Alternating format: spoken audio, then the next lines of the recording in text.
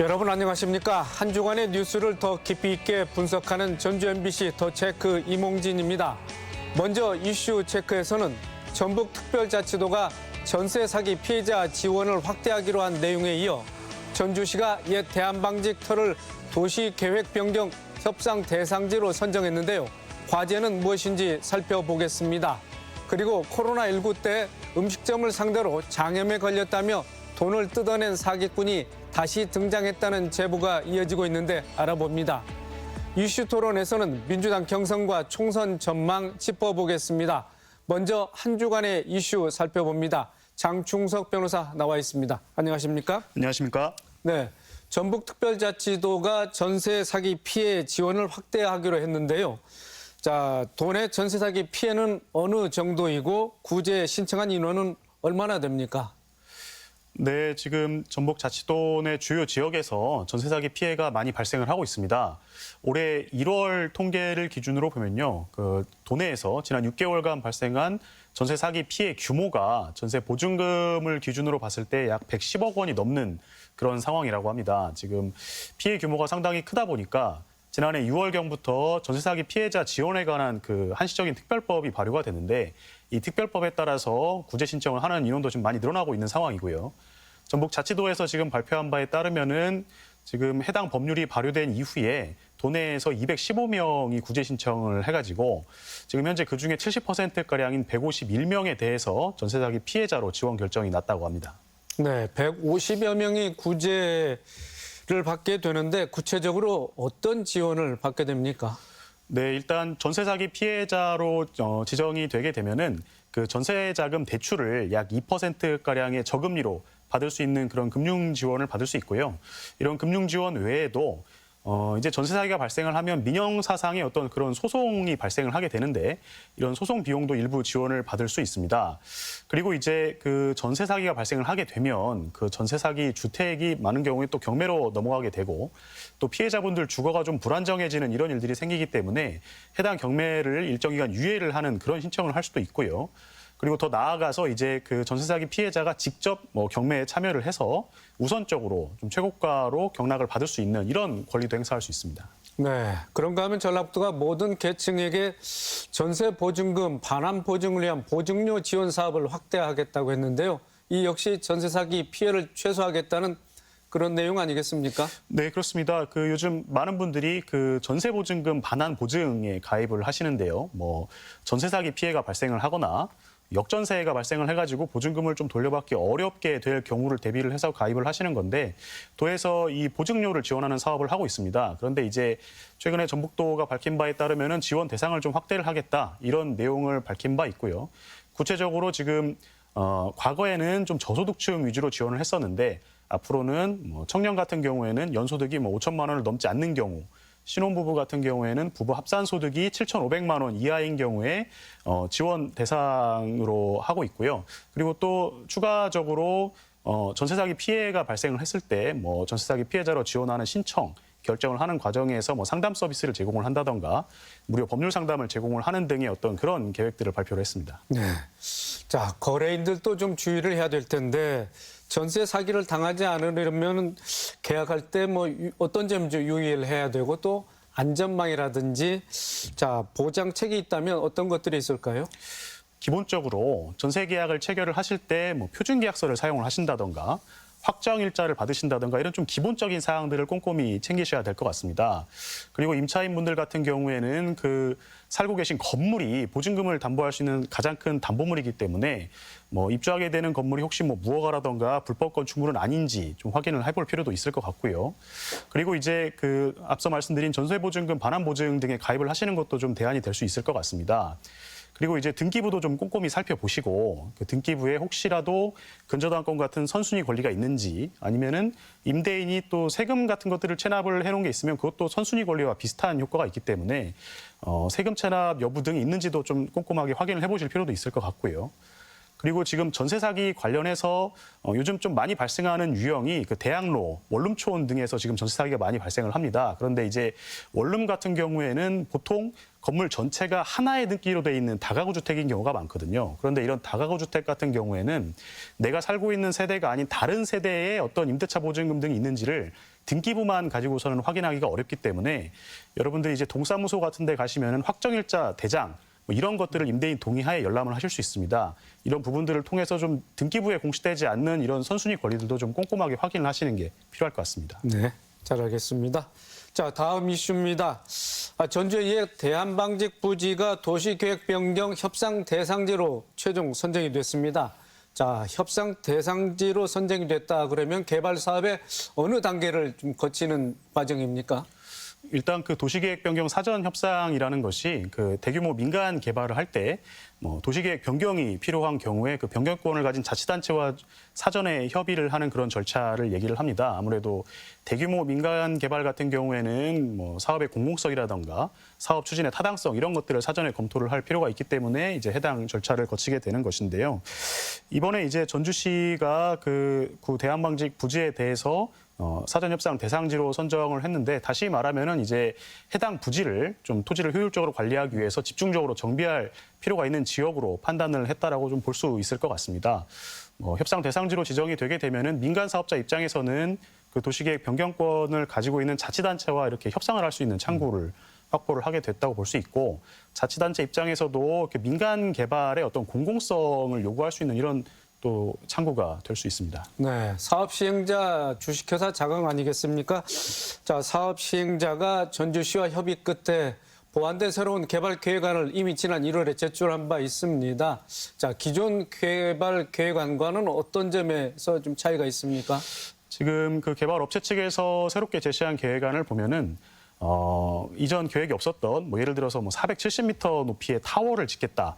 그리고 객실 규모 200석 규모의 어떤 5성급 호텔이라던가 백화점이라든지 그리고 대규모 상업시설 그리고 뭐 3천여 세대의 아파트 단지를 짓겠다라는 이런 계획들이 담겨져 있습니다. 그리고 이제 전주시에서 요구를 했던 어떤 그 도로교통 개선에 대한 대책 내용들 그리고 상하수도 시설에 대한 어떤 개선 내용, 대책 내용들이 함께 포함된 계획안을 제출한 것으로 알려져 있습니다. 네. 자, 그런데 시민사회단체에서는 개발 계획안을 놓고 자, 실효성에 의문을 지금 제기하고 있습니다. 어떤 부분을 우려하고 있습니까? 아무래도 지금 대규모 부지 개발이다 보니까 그 시행업체 측의 어떤 자금력이라던가 자금 조달 능력 이런 부분들이 지금 상당히 중요할 것으로 보이는데 이제 과연 해당 업체가 그와 같은 자금력을 갖추고 있는가 이런 것들을 우려하는 목소리가 이제 시민단체 등을 중심으로 나오고 있습니다. 그리고 새롭게 계획안에 포함된 내용들을 보면은 어떤 뭐 고층 타워라든가 그리고 대규모 상업시설 이런 사업성이 필요한 내용들이 담겨져 있는데 과연 이런 사업성들을 확보할 수 있을 것인가에 대해서 의구심을 표시하는 목소리도 있고요. 지금 해당 부지에 대해서 도시개발 계획이 변경이 되게 되면은 그 자체로 이제 토지 시세 차익이 발생을 하게 될 텐데 이 시세 차익을 토지 소유주 측에서 누리면서 이런 대규모 개발 계획이 좀 지연되거나 뭐 심지어 자초될 수도 있는 이런 상황을 좀 염려하는 목소리들이 많이 나오고 있습니다. 네, 개발 사업이 앞으로 뭐 속도를 낼 것 같기도 한데 자, 개발 이익 환수나 그 규모 또는 방식에 관한 논란은 그래도 좀 계속되고 있는 거 아니겠습니까? 네, 그렇습니다. 일단 그 시행업체 측에서 이번에 제출한 계획안을 보면 그 개발이익 환수 부분과 관련해가지고 뭐 1,000억 원대의 도로 시설을 짓는다거나 공원이라든가 주차장을 설치하는 그런 내용들이 담겨져 있습니다. 그런데 이제 구체적인 환수 내용에 대한 내용은 담겨져 있지는 않고요. 전주시 같은 경우에는 이 해당 부지의 용도가 변경이 됐을 때 발생하는 그 시세 차액 그 상승분에 대해서 뭐 대지의 한 40%가량을 공공기여 방식으로 기부를 받는 이런 방식들을 좀 구상을 하고 있는 것 같고 또 그 외의 부분들을 현금으로 체납받는 부분들도 지금 검토를 하고 있는데 해당 부분들은 이제 앞으로 협상 과정에서 조금 더 구체화될 것으로 생각이 됩니다. 네. 자, 앞으로 협상 과정에서 외부인들로 구성된 협상 조정 협의회를 통해서 이견이나 쟁점을 조율하게 될 것 같고요. 그렇지만 앞으로 남아있는 단계가 뭐 한두 가지가 아닙니다. 좀 설명을 해 주시죠. 이번에 지금 그 협상 대상지로 선정이 됐기 때문에 그 제안자인 시행사 측에서 앞으로 1년 내에 그 협상 제안서를 제출을 하게 됩니다. 협상 제안서를 제출을 하게 되면은 그 이후에 이제 그 개발 업체 측과 자치단체 측에서 협상단을 구성을 해가지고 뭐 구체적인 개발 계획이라든가 뭐 공공기업 방식이라든가 이런 부분들에 대해서 논의를 하게 될 것이고요. 그 이후에 이제 말씀하신 대로 외부 전문가들이 참여하게 되는 그 협상조정협의회를 구성을 해가지고 그 합의안을 구성하게 되는 뭐 2단계 이런 방식으로 앞으로 협상이 진행될 것으로 보입니다. 네, 더 지켜봐야 되겠군요. 자, 마지막 이슈입니다. 자, 코로나19 당시에 식당을 상대로 장염에 걸렸다며 합의금을 받아 챙긴 이른바 장염맨을 기억하신 분들 있으실 텐데요. 자, 그때 피해가 뭐 상당했었죠? 네, 그렇습니다. 이 사건이 그 지난 뭐 2020년, 21년경에 발생을 했던 사건인데요. 당시에 이제 그 장염맨이라고 일명 불렸던 그 사기 전과자가 전국에 있는 음식점들에 이제 협박 전화를 걸어가지고 며칠 전에 뭐 식당에서 식사를 했는데 우리 일행들이 장염에 걸렸다, 피해를 보상해라 이렇게 요구를 했었습니다. 뭐 보상하지 않으면은 영업정지 등의 행정처분을 받을 수 있도록 내가 신고를 하겠다 이렇게 공갈을 했던 사건이었는데 실제로 많은 음식점 업주들이 뭐 적게는 뭐 10여만 원에서 많게는 100만 원이 넘는 돈을 금전을 갈취당하기도 했던 그런 사건이 벌어졌었고 그 해당 장염맨이 이제 체포가 돼서 검거가 돼서 구속까지 됐던 그런 사건이었습니다. 네. 그런데 최근에도 전주의 한 음식점에 뭐 비슷한 수법에 전화가 걸려온 것이 파악이 돼서 장염맨이 다시 활동에 나선 거 아니냐, 자영업자들이 뭐 불안해하고 있다, 뭐 이런 예. 소식이 들리는데요. 어떻습니까? 네, 그 최근에 이제 전주 시내의 한 그 한식집에서 유사한 협박 전화가 걸려왔다고 합니다. 그 뭐 며칠 전에 해당 식당에서 식사를 했는데 뭐 음식에서 이물질도 나왔고 또 우리 일행들이 전부 장염에 걸려서 이제 손해를 좀 배상해라. 배상하지 않으면 행정처분 받을 수 있도록 하겠다. 이런 식으로 이제 협박하는 전화가 걸려왔다고 하는데 이게 조금 일반적인 항의성 전화와는 다르게 뭐 식사를 하고 나서 상당 기일이 지나서 또 협박 전화가 걸려오기도 하고 업주 측에서 좀 구체적인 내용을 물어보면은 뭐 벌컥 화를 낸다던가 이런 식으로 좀 대답을 회피하기도 하는 이런 이상한 모습을 보여서 좀 의심스럽다는 그런 상황이었는데 또 동시다발적으로 여러 온라인 커뮤니티 등에 비슷한 어떤 피해 사례들이 올라오고 있다고 합니다. 그래가지고 지금 그 과거에 구속이 됐던 장염맨이 지금 형기를 마치고 출소를 해서 다시 활동하고 있는 거 아니냐 이런 의심을 사고 있습니다. 네. 자, 최근에는 소비자들의 평가가 업소의 매출을 좌우하는 이런 판촉 시스템 때문에 업주들이 강하게 대응할 수는 없습니다만은 그래도 최상의 대응책, 방책은 무엇이라고 할 수 있겠습니까? 아무래도 이 자영업자분들이 좀 적극적으로 대처를 하는 노력이 필요할 것 같습니다. 과거 그 장염맨 사례에서도 실제로 피해를 본 업주들이 상당히 많은데 실제 고소까지 해서 했던 그런 업주들은 굉장히 적은 것으로 그렇게 알려져 있었거든요.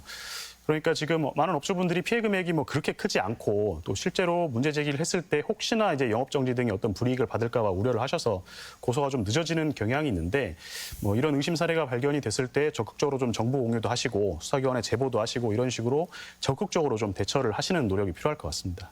네, 알겠습니다. 이번 주 이슈 점검과 전망 장충석 변호사였습니다. 수고 많으셨습니다. 감사합니다.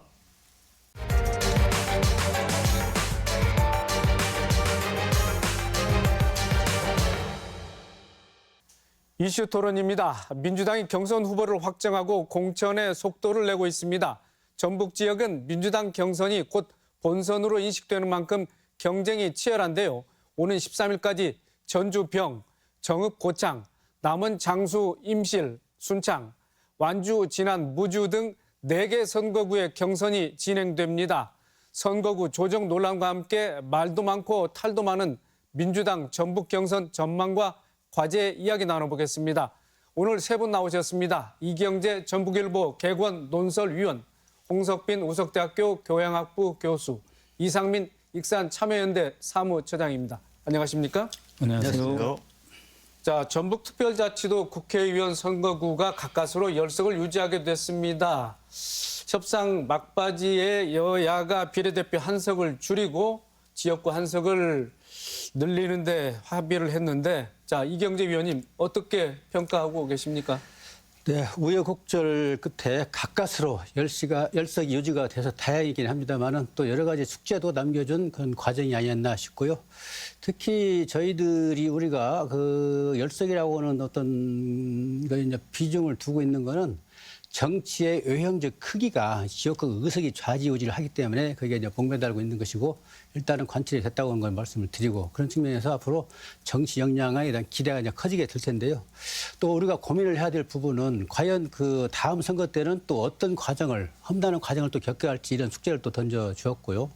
또 하나는 법정 시한이 1년인데 1년을 넘기면서 지금까지 역대 선거 때마다 계속 되어왔거든요. 그럴 때마다 정치 신인이랄지 이런 분들은 상당히 어려움을 겪고 있고 이런 과제를 또 던져줬고 또 하나는 전라북도의 주장을 아니 민주당 그런 정개특위랄지 민주당 국힘 간의 협상 과정에서 전라북도는 언제든지 버려질 수 있는 그런 카드로 활용됐다는 걸 경험하지 않았습니까?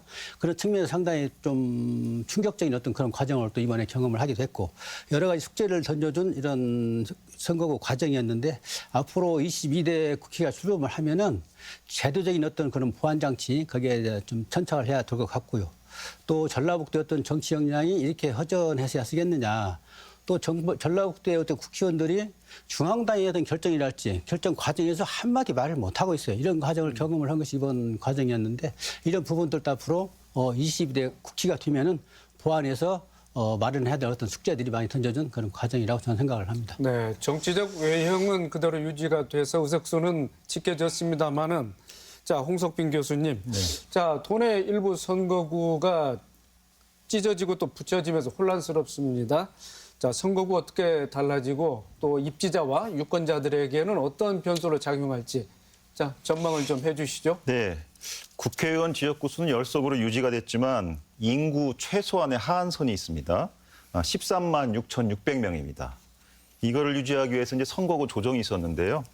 우선 군산시 같은 경우에 대야면하고 회연면을 기존의 김제 부안 선거구에 붙여가지고 군산 김제 부안 갑선거구 그리고 군산 김제 부안 을선거구 두 개로 이렇게 나눴습니다. 또 이제 남원 임실 순창군 같은 경우에는 세 시와 군의 인구를 다 합쳐보면 12만 9천여 명 정도 됩니다. 13만 6,600명에 모자라죠. 따라서 장수군의 한 2만 1,000명 정도 되는 인구를 합쳐서 남원 임실 순창 장수 선거구로 해서 15만 명 정도 채워서 만들었습니다. 선거구 이름은 옛날하고 똑같은데 구역만 좀 변경된 곳이 있습니다. 전주시 같은 경우 인우 1동과 2동이 전주 병선거구에서 전주 갑선거구로 옮겨졌고요. 익산시 영등 2동과 3기면은 익산 갑선거구, 익산시 응포, 성당, 용안, 망성, 용동면은 익산 을 선거구가 됐습니다. 이러한 선거구 조정이 미치는 영향은 첫 번째 유권자 입장에서 볼 때 후보자들의 인물이나 정책 그리고 도덕성 이런 것들에 대한 판단을 단기간 내에 해야 되기 때문에 많은 좀 어려움이 있을 것으로 예상이 되고요. 그다음에 입지자, 예비 후보들 입장에서 봤을 때는 단기간 내에 이제 지역구가 변경되다 보니까 지역 현안에 대한 파악도 좀 새로 해야 되고요. 여러 가지 정책 수립을 하는 데 있어서도 여러 가지 애로와 곤란함이 좀 있을 것으로 예상이 됩니다. 네. 자, 이상민 처장님. 자, 문제는 4년 후 아니겠습니까? 이대로 가다가는 다시가 아니라 9석으로 줄어들 가능성이 높은데 매번 되풀이되는 형국입니다. 자, 이쯤에서 농산어촌 지역 대표성을 강화하는 방향으로 법안이 개정돼야 된다. 이런 필요성이 지금 얘기되고 있는데요. 자, 정치권 어떻게 대응해야 할까요? 일단 앞에서 말씀을 좀 주셨는데 사실 이제 인구 비례에 의해서도 과잉 대표 되는 부분들을 놓고 보면 사실 이제 서울하고 부산이 2석이 많은 거거든요. 그리고 이제 호남이라고 할 수 있는 전북, 광주, 전남이 이제 좀 높은 수준인데 이번에 이제 그 획정위원회에서 어떤 전라북도가 타겟트가 됐다라고 하는 부분들 이제 그 부분에 대해서는 저희가 좀 고민할 부분이 많다는 좀 이런 거고 방금 전에 이제 교수님 말씀해 주셨듯이 이제 4년 후에는 한석이 줄어드는 건 거의 불가피한 그런 상황이 될 것 같습니다. 그리고 특히 이제 익산이 가장 어떤 2개의 선거구를 유지하는 게 물리적으로 좀 거의 어려운 상황이 될 수도 있고 또 이번에 이제 군산의 일부가 특례를 통해서 김제 부안 쪽으로 넘어갔다라고 하는 것 자체가 정상은 아닌 거거든요. 이런 이유 때문에 선거구, 그러니까 지역구와 관련한 부분에 있어서는 다음에 10석을 유지하는 건 현실적으로 쉽지 않다. 그렇다고 한다면 이제 저희가 지역 대표성이라고 하는 부분들이 지금 선거법에 농산어청에 대한 대표성을 좀 보완해야 한다라고 하는 내용이 있음에도 불구하고 이게 이제 작동할 여지가 갈수록 줄어든다라고 하는 거고요.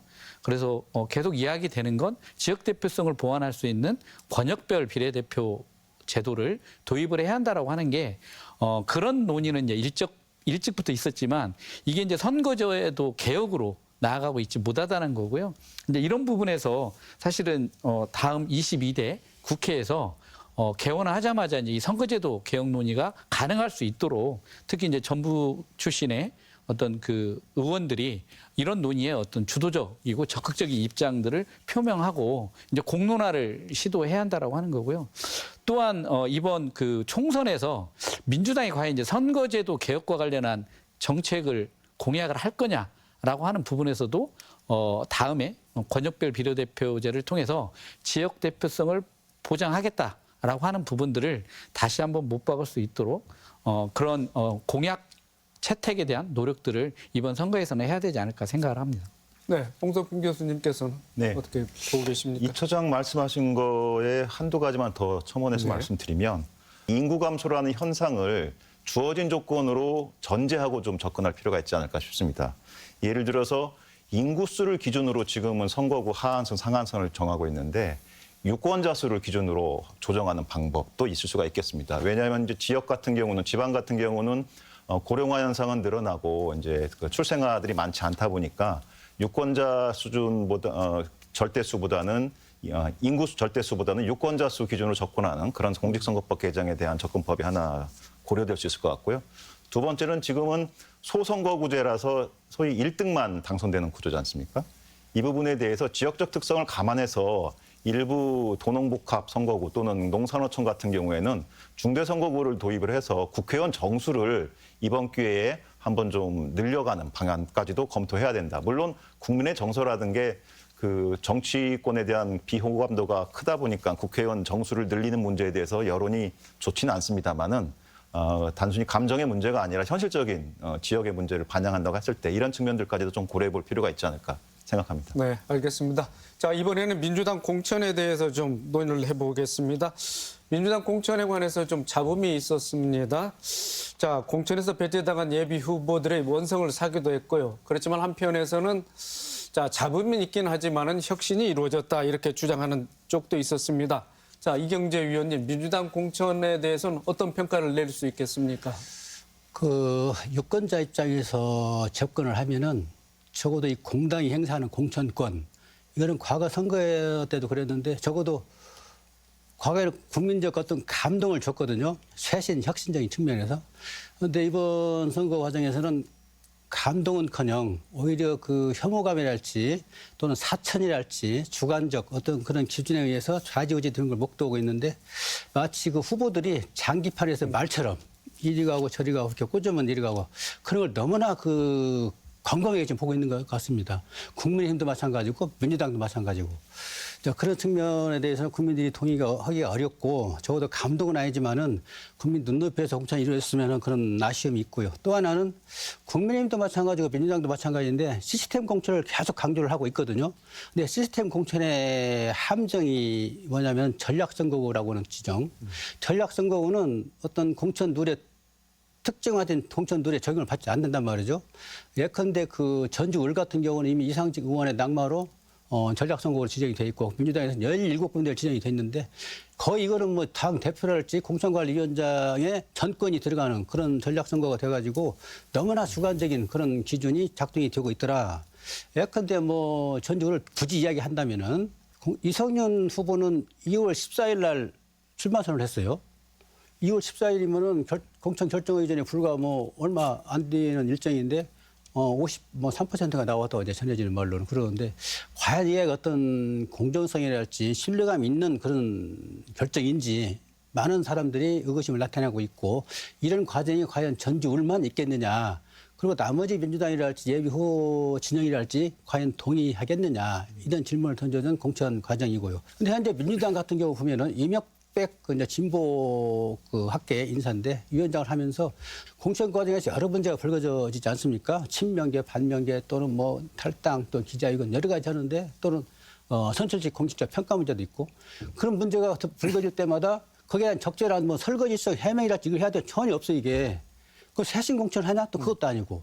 그래서 이번에 민주당 공천은 공천관리위원장 역할 기능이 상당히 제한적으로 행사된 측면이 많이 있고 그래서 감동은커녕 국민 눈높이에 어떤 만족도 주지 못하고 있는 공천이라 저는 이렇게 평가를 하겠습니다. 네, 이상민 처장님.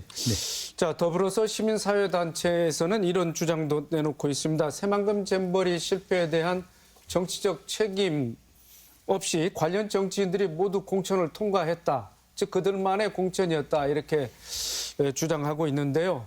자, 이런 부분을 포함해서 민주당 공천 관련해서 좀 예. 말씀해 주시죠.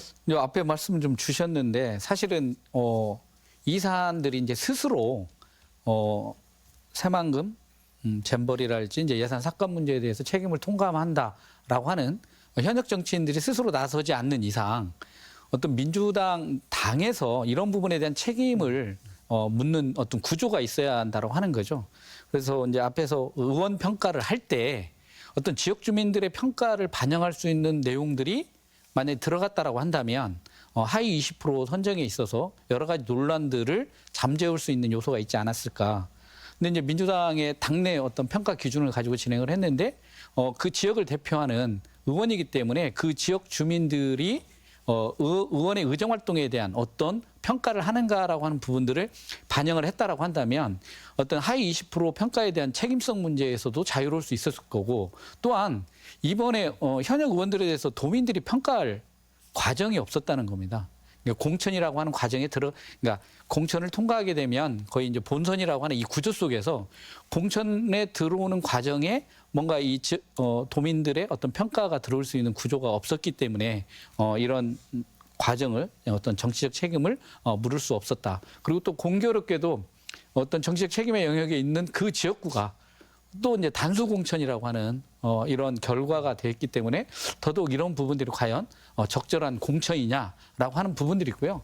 또 하나 그 이제 컷오프라고 하는 부분에 대해서 여러 가지 이제 기준들이 있을 수 있는데 굉장히 많은 시간과 노력을 통해서 준비했던 그런 후보자들에게 최소한의 어떤 기회나 과정까지도 이제 박탈되고 단수 공천이라고 하는 과정으로 직행하는 게 맞는가라고 하는 부분들은 어떤 도민들 입장에서는 뭔가 이 민주당 공천에 참여할 수 있는 기회 자체가 근본적으로 박탈됐다고 하는 차원에서 좀 상당히 좀 문제가 될 수 있다 이렇게 보고 있습니다. 네, 그런 와중에 전북 지역 민주당 경선 결과가 나오고 있습니다. 지난 6일에는 현역 의원이 신영대 의원과 김의겸 예비후보가 맞붙은 군산-긴제 부안갑 경선에서는 신영대 의원이 승리를 했습니다. 또 3개 선거구에서는 단수 공천이 됐고요. 4개 선거구에서는 이제 13일까지 경선을 통한 최종 후보자가 결정될 텐데, 자, 홍석빈 교수님, 네. 좀 대진표를 한번 살펴봐 주시죠. 예, 말씀대로 그 군산 김제 부안갑 경선에서는 신영대 현역 의원이 김의겸 예비 후보와의 경선에서 승리했습니다. 그리고 승리했기 때문에 이제 본선에서 국민의힘 후보들과 맞붙게 되는데요. 지금 국민의힘 후보들도 전라북도 총 10개 선거구에 후보를 다 이번에 냈습니다. 지난 16년 선거 이후 2008년 선거 이후 처음 10석을 다 냈다고 합니다. 군산 김제부안 갑선거 같은 경우에는 오지성 국민의힘 후보와 신영대 의원 간의 경합이 있을 예정이고요. 나머지 이제 9개 선거구도 국민의힘 후보와 이제 민주당 또 기타 정당들의 후보들 간의 경합이 있을 예정입니다. 지금 이제 돌아오는 월요일 11일부터 13일 3일 동안은 지금 아직 10개 선거구에서 확정되지 않은 민주당 후보가 확정되지 않은 4개 선거구에 경선이 있을 예정입니다. 전주 병, 그러니까 현역인 김성주 의원하고 정동영 전 고문 예비 후보가 경선이 예정돼 있고요. 정읍고창, 윤준병 현역 의원하고 유성엽 전 의원 간의 경선이 예정되어 있습니다. 그리고 선거구가 조정된 남원 임실 순창 장수 선거구에서도 지금 현재 현역 의원과 국민의힘 후보들 간의 경합이 이제 예상이 됩니다. 완주, 진안, 무주 이 4곳 같은 경우에는 안호영 현 의원과 기타 예비 후보들 간의 경선이 예정돼 있어서 4군데 정도 더 진행이 돼야 확정될 것으로 보입니다. 네. 자, 이경재 의원님, 이성윤 민주당 후보가 정해지면서 전주울 선거구, 다자구도 윤곽이 나왔습니다. 어떻게 전망을 할 수 있을까요? 그 민주당이 공천 과정이 끝나면은 거의 파장 분위기였습니다. 과거의 전례를 보면은. 그런데 이제 공천한 이후에도 선거 때까지 그 힘을 계속 작동시킬 수 있는 그런 지역이 아마 전주 을 선거구 같고요. 그 이제 이유는 국민의힘에서 현역인 정운천 의원이 나와 있고 또 진보당에서는 재보궐 선거에서 작년 4월 5일 날 현역 활동을 하고 있는 강성희 의원이 지금 활동하고 있고 또 민주당은 뭐 정치적 강세 지역이기 때문에 이성윤 후보가 이제 활동을 할 텐데 이성윤 후보는 이제 다 아시는 것처럼 이재명 대표가 지금 인재 영입 위원장을 맡고 있단 말이에요. 26호로 영입원 그 인재라고 부르는데 뭐 고창 전주고를 나왔고 출신은 고창이고 근데 이분의 어떤 독특한 캐릭터를 말씀을 드리면은 윤석열 현 대통령과 대립각을 가장 세울 수 있는 그런 캐릭터. 이제 본인이 출마 선언 때 이야기한 것처럼 윤석열 사단의 그 끝장년에 내가 최선봉에 서겠다랄지 또는 뭐 사이비 정권의 끝판을 내가 마무리 짓겠다랄지 이런 강력한 어떤 메시지를 가지고 지금 들고 나왔는데 상당히 좀 볼만한 유권자 입장에는 관전하기 좋은 흥미진진한 그런 선거가 되고 있고요. 이제 정운천 의원 같은 경우는 다자구도가 형성이 되면서 좀 해볼 만한 게임이라고 보고 있는 것 같아요.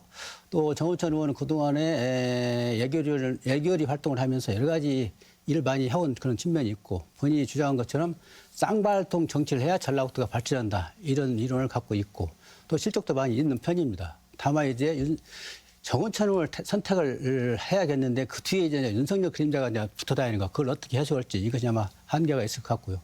강성희 의원도 상당히 색깔 있게 개성 있게 열심히 해왔는데 어떤 진보적인 어떤 그런 성격의 의정 활동을 많이 했지만은 역시 진보당의 어떤 유일한 의원이면서 원내대표인데 어떤 세력의 한계 또 이런 거 민주당이 과거에 1년 전에는 후보를 안 내므로써 민주당 대체제로서 선택의 어떤 그런 기회가 주어졌었는데 지금은 경쟁하는 구도가 되기 때문에 그에 대한 또 한계 이런 것들이 맞물리면서 종합적으로 맞물려 돌아가는 선거구가 전주 울이 아니겠는가. 그래서 선거 끝날 때까지 투표일까지 흥미진진한 그런 관전 분위기를 끌고 갈 것 같은 흥미진진한 그런 선거가 바로 을이라고 봐야 되겠습니다. 네. 자, 이상민 처장님, 국민의힘 전북 10개 선거구에서 단수 공천 후보를 확정지었습니다. 좀 말씀을 해주시죠. 예, 지난 3월 2일 날 이제 공천을 좀 다 했는데요. 전주 갑의 양정무 국민통합위원회 전북협회장 그리고 전주 의뢰는 가장 이제 격전지인데요. 정운천 전 의원 그리고 전주 병에는 전희재 전 전라북도 행정부지사 그리고 익산 갑에는 문용희 전 전주 현대자동차 노조 지부장 그리고 익산 의뢰는 김민서 익산시 전 시의원이고요. 그리고 정읍구창의 최용훈 인천 펜싱협회 부회장 그리고 군산김제 부안갑의 오지성 전국위원 그리고 군산김제 부안을의 최흥우 전 나눔운동본부 공동본부장 남원 임실 순창 장수의 강병무 축산업협동조합 조합장 그리고 완주 무주 진안의 이인숙 전북도당 대변인을 공천을 했는데요. 사실 그 뭐 집권당이라고 하는 것 때문에 10곳을 다 지역구를 공천을 했는데 그 어느 때보다 판은 좋지 않은 것 같습니다. 국민의 입장에서는 현 정부에 대한 어떤 그 심판 여론이 높을 뿐더러 전라북도는 뭐 잼버리 실패에 대한 책임 떠넘기기랄지 새만금 SOC 예산 삭감 그리고 이번에 선거 객정 문제까지도 정치적으로 이게 이야기가 되면서 판이 극도로 좀 안 좋고요. 더군다나 이제 국민의힘 후보들 중에 정운천 현 의원을 놓고 보면 그래도 계속 준비하고 지역에서 역할 이런 부분들에 대한 충분한 이야기가 되겠지만 나머지 후보들은 거의 뭔가 국회의원 선거를 준비했다. 좀 이렇게 보기는 좀 어려운 것 같아서 상당히 뭐랄까요, 뭐 그 비례대표 선거랄지 뭐 이런 측면도 있겠지만 가장 큰 건 뭐 집권당의 뭐랄까 그런 위용 뭐 이런 차원에서 전 선거구에 입후보를 시키겠다. 뭐 이런 측면의 작용이라고 봐야 될 것 같아서 사실 본선에 가서 경쟁력이라고 하는 부분들은 전주 을 정도를 제외하면 크게 저희가 뭐 경쟁력 있게 되겠다 이렇게 보기는 어려운 것 같습니다. 네. 이경재 위원님, 전주 을도 접전이 예상됩니다만은 전주 병 김성주, 정동영 후보 간의 세 번째 맞대결이 성사돼서 두 예비후 간의 치열한 공방전이 지금 계속되고 있습니다. 자, 그런데 민주당 예비후보로 나선 황현선 후보가 조국 혁신당으로 바꿔타지 않았겠습니까? 황현선 전 예비후보 세력들이 어떤 선택을 할지에 대해서도 좀 관심이 있는 것 같습니다. 어떻게 보고 계십니까? 그렇습니다. 경선 후보를 김성주, 정동영 둘로 이렇게 결정 지으면서 전주 을 선거구에 의해서 또 핫한 지역에 이제 부상한 지역이 바로 전주 평 선거구인데요.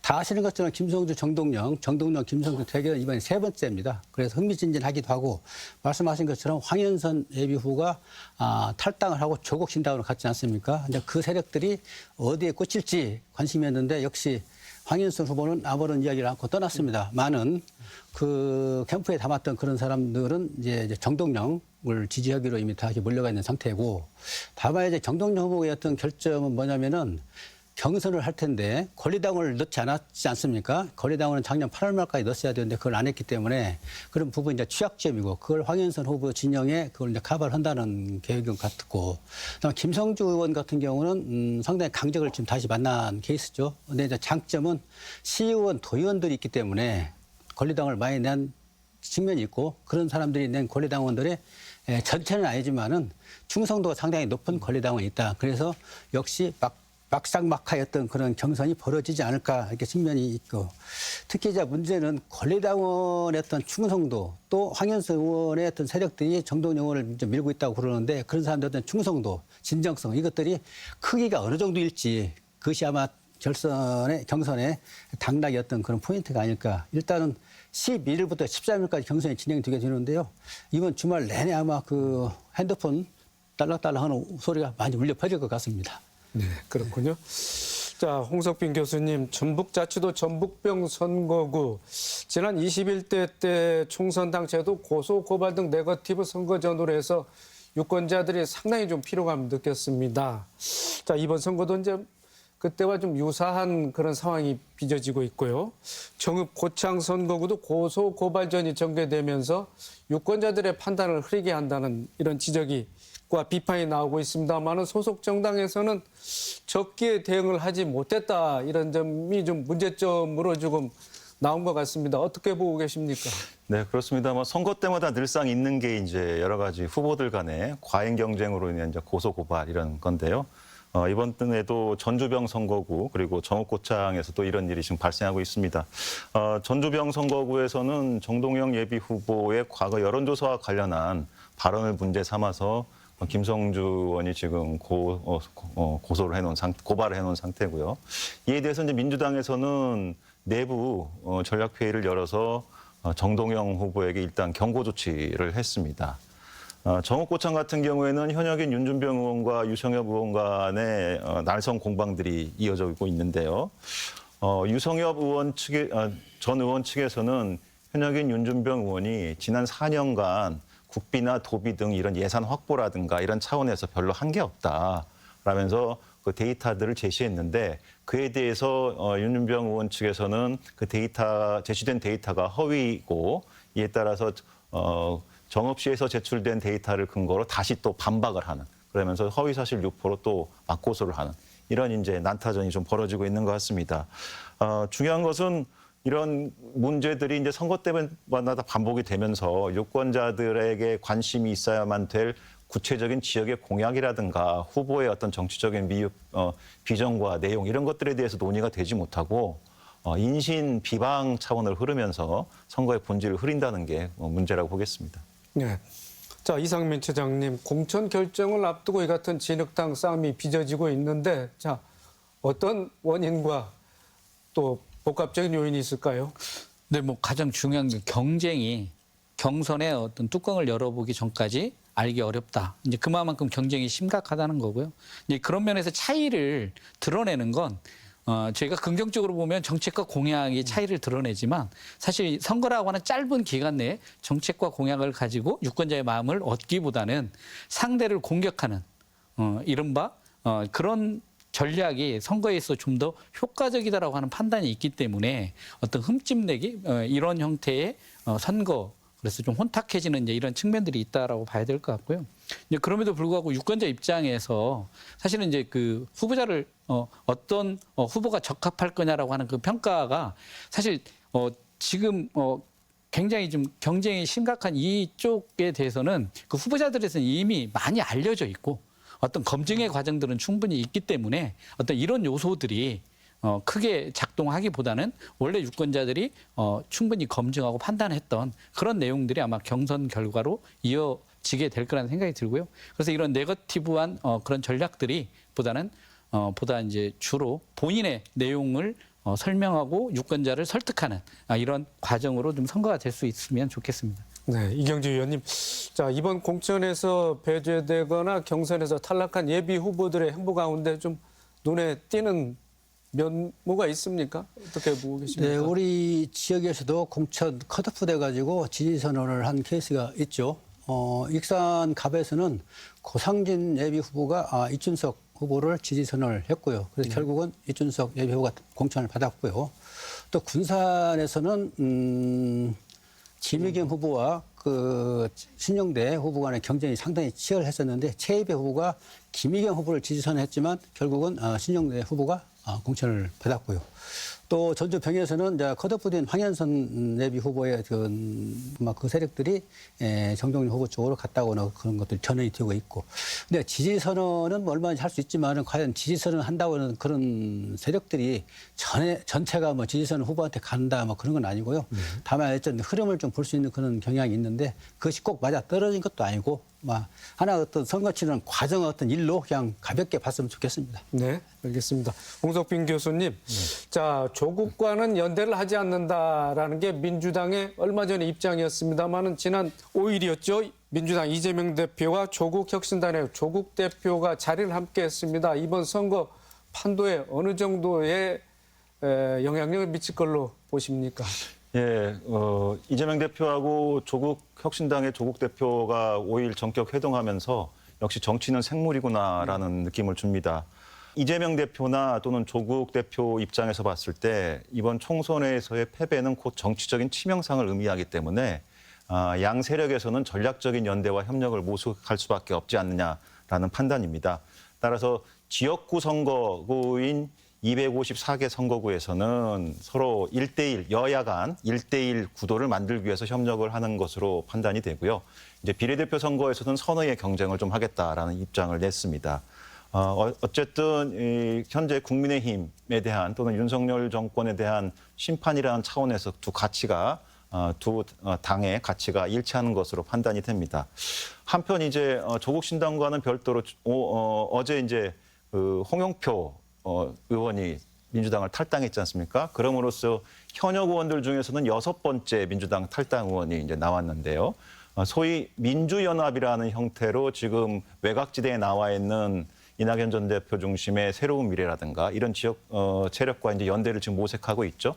이런 부분들이 또 호남 지역 선거에서는 상당 부분 영향을 줄 수 있는 부분이어서 이런 것들도 좀 우리가 고려 변수로 참고해야 될 것 같습니다. 네, 알겠습니다. 토론을 마칠 시간이 거의 다 된 것 같습니다. 이번 민주당 공천 결과가 이번 총선에 어떤 영향을 미칠지 자 마무리 발언으로 해서 듣고 이 시간 마치도록 하겠습니다. 먼저 이상민 처장님. 네, 뭐 민주당 경선이 본선이라고 하는 이 공식은 이번에도 크게 달라지진 않을 것 같습니다. 물론 전주을이라고 하는 곳이 남아있긴 하지만 나머지 지역구에서의 어떤 본선에서의 큰 경쟁이나 이런 부분들이 이루어지긴 어려울 텐데요. 아무래도 이제 민주당 경선 과정에 유권자들의 참여 그리고 이런 부분들이 좀 잘 보장되지 못했던 부분에 대한 아쉬움은 있는 것 같고요. 다만 이제 본선에 들어간다고 하더라도 이제 비례대표라고 하는 부분들에 대한 선택권들이 같이 남아 있기 때문에 도민께서는 이번 선거 과정에 어떤 정당에 대한 정책 공약 이런 부분들을 좀 중심으로 해서 좋은 선택들을 해서 전북 발전에 큰 좀 밑거름이 될 수 있는 그런 선거가 될 수 있으면 좋겠습니다. 네, 홍석빈 교수님. 예, 공천 과정에서 민주당 같은 경우는 매를 좀 먼저 맞았다는 느낌이 있고요. 지금 이제 국민의힘 같은 경우에는 이제서 막 컷오프된 의원들 포함해서 이제 반발이 나오고 있습니다. 매를 먼저 맞은 측과 나중에 맞은 측이 어느 쪽이 더 유리할지 모르겠습니다만은 중요한 것은 우리가 총선을 하는 이유는 결국 국민들의 행복과 그다음에 국가의 이익을 위해서 좋은 정치를 하자는 차원에서 좋은 후보들을 뽑자는 거 아니겠습니까? 과거에 이런 말이 있습니다. 현재가 과거와 싸우면은 미래를 잃어버린다고. 우리 자녀 세대들의 미래를 위해서라도 이번 총선에 유권자 여러분들이 현명한 선택을 해주시기를 바람하지 않습니다. 네. 마지막으로 이경재 위원님. 네, 일주일 정도 있으면은 공천이 다 마무리가 될 텐데요. 양당이 마무리가 될 텐데 일단 뭐 감동은커녕 만족도 못 주고 있는 그런 상황이긴 하지만 또 특히 자기적인 어떤 논리만 극대화시키고 있는 상황이긴 하지만 일단 관심을 좀 가져야 되겠습니다. 국회의원은 국정도 논하지만은 우리 지역의 현안이랄지 고민 무엇이 어떤 그 과정을 거쳐서 해결해야 될 것인지에 좀 천착해서 뭔가 대안도 제시하는 그런 능력을 가져야 되는 것이 국회의원인데 이런 부분에 천착해서 좀 잘 좀 봐야 될 것 같고요. 또 하나는 정치 서비스를 좀 제대로 받을 수 있는 후보가 누구인지 그거 하려면은 제대로 관심 있게 지켜봐야 됩니다. 공천 과정도 지켜보고 선거 과정도 지켜보고 그래서 그런 그 국민 주권을 제대로 행사를 해가지고 정치 서비스를 제대로 받을 수 있는 어떤 후보 그런 후보들을 선택을 했으면 기회가 됐으면 좋겠습니다. 네, 잘 알겠습니다. 세 분 오늘 수고 많으셨습니다. 고맙습니다. 전북 국회의원 지역구 의석은 그대로 지켜지지만 인구 하한선을 맞추기 위해 일부 선거구가 변경되면서 혼란이 일고 있습니다. 선거 때마다 지역구 의석수 축소에 대한 우려가 반복되고 있는데요. 장기적으로 지역 대표성을 보장하는 방안을 마련해야 한다는 목소리가 높습니다. 때문에 이번 선거에서는 제 역할을 할 서열량을 뽑아야겠고요. 그러기 위해서는 유권자들의 지속적인 관심과 현명한 선택이 꼭 필요한 것 같습니다. 더 체크 오늘 순서 여기서 마칩니다. 시청해주신 여러분 고맙습니다. 수고하셨습니다.